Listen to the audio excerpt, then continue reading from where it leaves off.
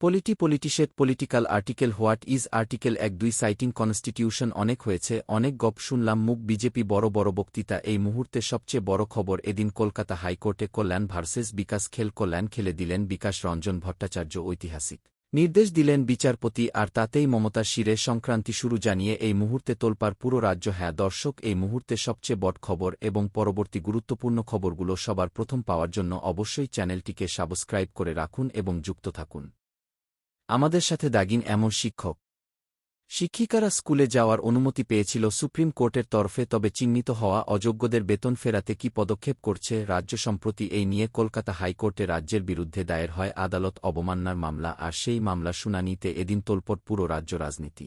শুনানির শুরুতেই শিক্ষা দপ্তরের আইনজীবী পার্থসারথী সেনগুপ্ত জানান, বোম্বে হাইকোর্টের একটি রায় অনুযায়ী এই মামলা শোনার এখতিয়ার নেই আদালতের।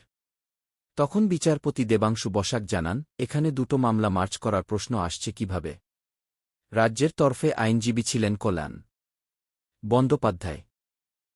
বন্দ্যোপাধ্যায় বিচারপতিকে জানান, স্পেশাল লিভ গ্রান্ট করা হয়েছিল। 1-3-6 হল কনস্টিটিউশনাল প্রভিশন।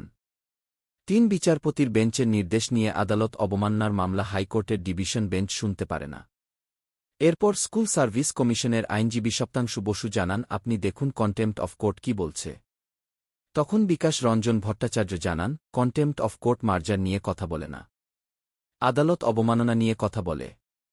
আদালত নির্দেশ অমান্য হওয়ার কথা বলে কোর্টে। তখন বিচারপতি জানান, কোন কোর্টে? বিকাশ রঞ্জন ভট্টাচার্য বিচারপতিকে জানান, সেটা নির্দিষ্ট করে বলা নেই। দিল্লি হাইকোর্টের একটি রায় দেখান বিকাশ রঞ্জন ভট্টাচার্য। তখন বিচারপতি জানান, একক বেঞ্চের অর্ডার ডিভিশন বেঞ্চ পুনর্বিবেচনা করেছে।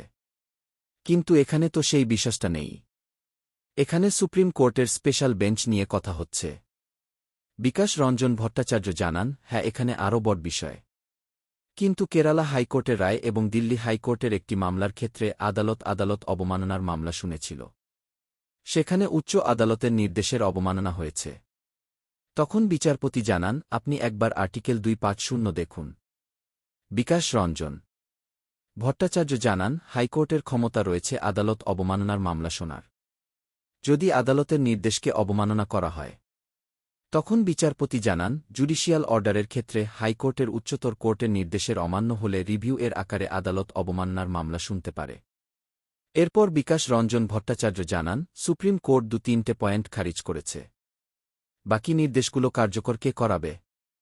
ডক্টরিন অফ মার্চ বলে সুপ্রিম কোর্টের কোনো নির্দেশ মানা হয়নি সেই বিষয়ে। তখন বিচারপতি দেবাংশু বসাক জানান, ডিক্রি মানেই সেটা এক্সিকিউটিভ হতে হবে।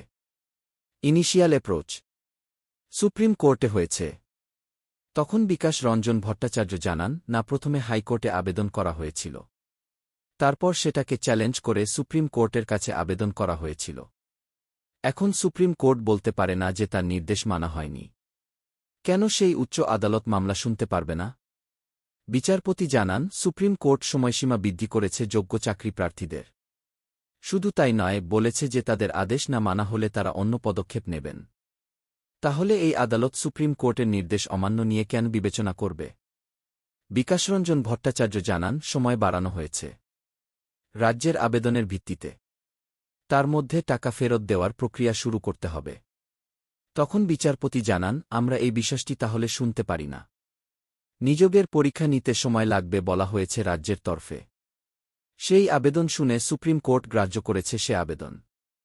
তখন আইনজীবী বিকাশ রঞ্জন ভট্টাচার্য জানান, সংবিধানে কোনো কোর্ট তার উল্লেখ করা হয়নি এক্ষেত্রে।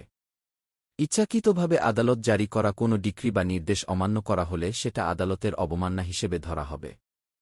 এরপর রাজ্যের আইনজীবী কল্যাণ বন্দ্যোপাধ্যায় পুরো মামলাটি খারিজ করার আবেদন করেন।